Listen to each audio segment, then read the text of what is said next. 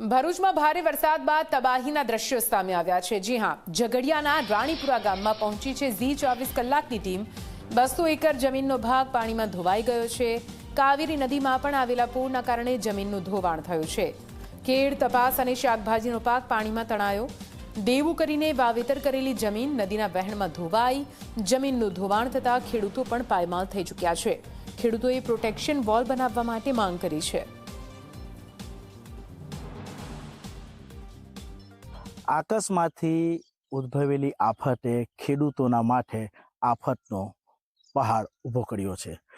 જી મીડિયાની ટીમ આજે આવી છે ભરૂચ જિલ્લાના ઝઘડિયા તાલુકાના રાણીપરા ગામે। ત્યાં આપણે જોઈ શકીએ છીએ કે છેલ્લા 1 કિલોમીટર જેટલો જે પ્રવાસ ખેડીને ચાલીને જ્યારે જી મીડિયાની ટીમ આવી ત્યારે આ દ્રશ્યો જોવા મળ્યા। આ દ્રશ્યો જે છે એ આ લોકોની મહામૂલી જે જમીન છે, છેલ્લા 15 વર્ષમાં 200 એકર જેટલી જમીનનું ધોવાણ થયું છે ખાલી રાણીપરા ગામનું। ત્યારે આ જે દ્રશ્યો છે તમે જોઈ શકો છો કે કાવેરી નદીમાંથી પસાર થઈને નર્મદા નદી તરફ જતો આ જે વહેણ છે તેની અંદર અંદાજિત ખેડૂતોની 200 એકર જમીન વહેણમાં ધોવાઈ ગઈ છે।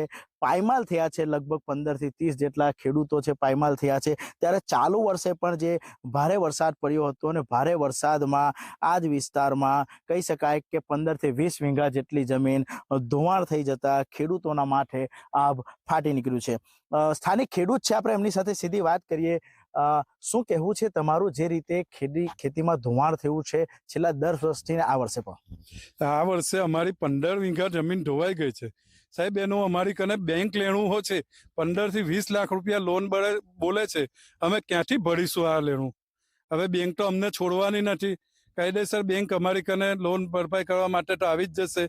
હવે આ જમીન ધોવાઈ ગઈ, અમે ક્યાંથી લાવીને ભરીશું? હવે જો સરકાર અમને આપશે તો અમે ભરી શકીશું ને। છેલ્લા કેટલાક વર્ષોમાં કેટલી જમીનોનો ધોવાણ થયા હશે અને કેટલા ખેડૂતો પાયમાલ થયા હશે?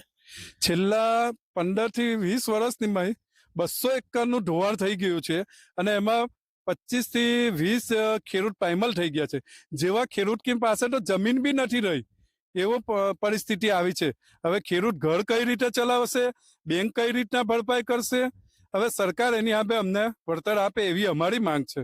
ચોક્કસ વળતર આપે તેવી માંગ છે। વધુ એક ખેડૂત છે, તંત્ર જોવા આવ્યું હતું, શું સર્વે કરાયું હતું, શું કામગીરી કરાઈ હતી, શું છે અપડેટ? તંત્ર ગયા વર્ષે સર્વે કરવા આવ્યું હતું, એનું કોઈ નિરાકરણ આવ્યું નથી। અમે બહુ પેપર વર્ક પણ કર્યા છે, એનો આજ સુધીમાં કોઈ નિકાલ આવ્યો નથી।